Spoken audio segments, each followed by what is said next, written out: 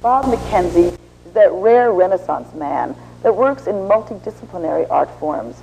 He is both a photographer and a writer and comes from a family who have been artistic in very many areas. Bob, I find your work really exciting and appealing. I turns me on to have to think and look and feel all at one time. Tell me about this piece that's entered into this salon. All right, that is actually part of a series and a sort of multiple project that deals with the subject I think there's a lot of denial in our society about, which is the effects of repressed memory and child abuse on people. I think it needs to be exposed to the public. So what I've done is I've written a 40-verse poem using the myth of Persephone as an analog for repressed memory. And I'm doing 40 of these pictures, each representing one verse of the poem, giving a visual image that represents it, plus the verse, plus various quotes from other places that represent it. And I'm also doing readings of this with music and with slides.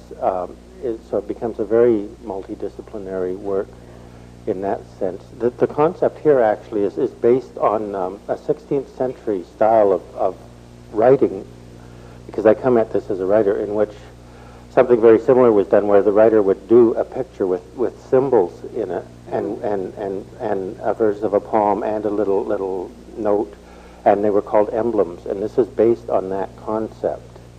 So it actually has a very old tradition to it.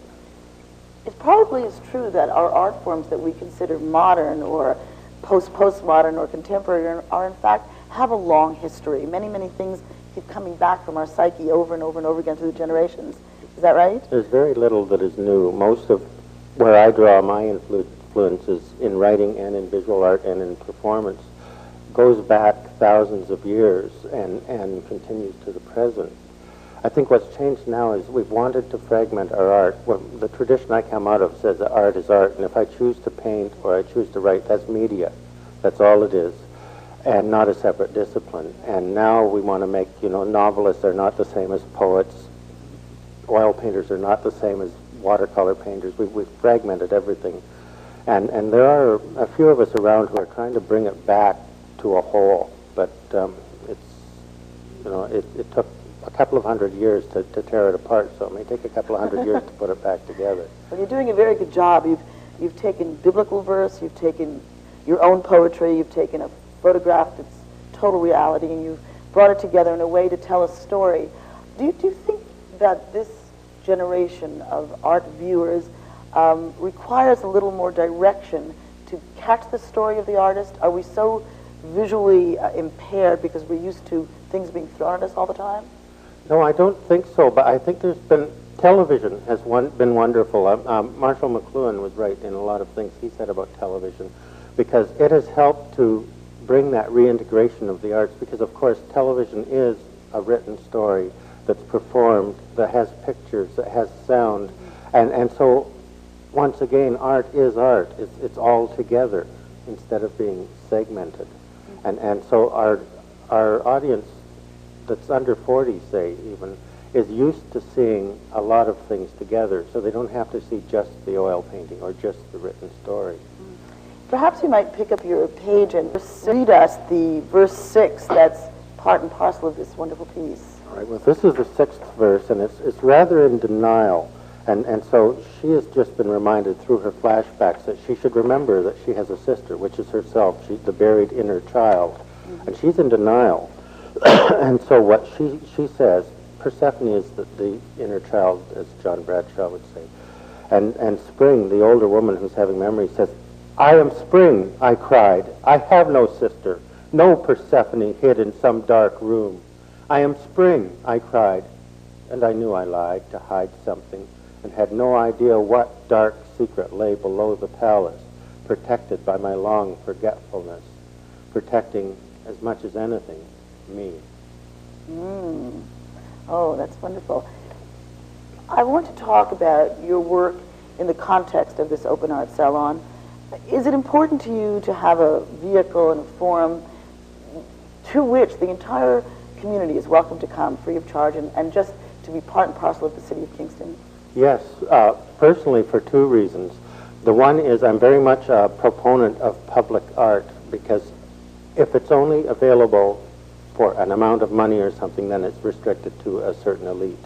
And I think art has to speak to the people. And again, that's the way it used to be until a few hundred years ago, and then it changed gradually and became more restricted and exclusive.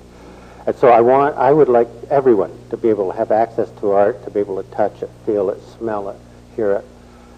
And the other thing is, I think part of the role of the artist is to be political, to reach out and touch people, and if there's something important to say it. A painting that's meant to sit on a wall in someone's back room with a light on it, to me, is not valid art. So then, if that's the role of the artist, do you feel that the Kingston Regional Arts Council plays their role well? I think definitely. I mean, they could always do it better. Everyone can do it. But I mean, they have the Salon, which is open, which any artist can submit to. They have the thing in September. I Yes, like. yes, have an affair with the arts. Affair with the Arts, which again is an open thing, which is a very multimedia thing, which there's performance and there's demonstrations and there's visual art and there's all kinds of things going on, and that's a wonderful thing. And they also promote the arts throughout the year and bring different artists together. They bring the musicians and the painters and the writers and so on together, and so that's all wonderful. And without that group, it wouldn't happen. We really should even mention the library as the venue. Our public libraries have always been the basis and foundation of the public's ability to have access to literature, an art form, and it's wonderful that we can utilize this room for this purpose. Do you like being right downtown, right in the library, open and accessible? I think that's wonderful because it means people who don't have a car, don't have a lot of money, can come in here and look. The other thing is that this room is used for meetings, which means people who might not normally go into an art gallery are going to be here and they're going to see this work and see what wonderful talent there is in this town. They're going to see 60 different pieces of art representing the artists of this town. My last question to you, Bob, is you are an established artist. I've seen you perform in very many places. You've been working for a long, long time. How do you feel being part and parcel of a variety of artists, some like yourself and some that are relatively new to the field? I think it's wonderful, again, because of partially the environment I grew up in. I worked in media for a long time, and as you know, that's a collaborative effort. You don't come here and do this by yourself. You work with a bunch of other people, and I think that gives you a lot of creative input. And that's why when I perform, I rarely just stand and read my work. I have other people reading with me. I have musicians. I have visual things going on.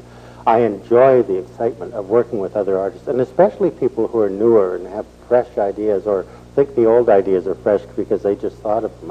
It's great. It keeps me going, keeps me alive. Bob, thank you very much. Thank you, Gini.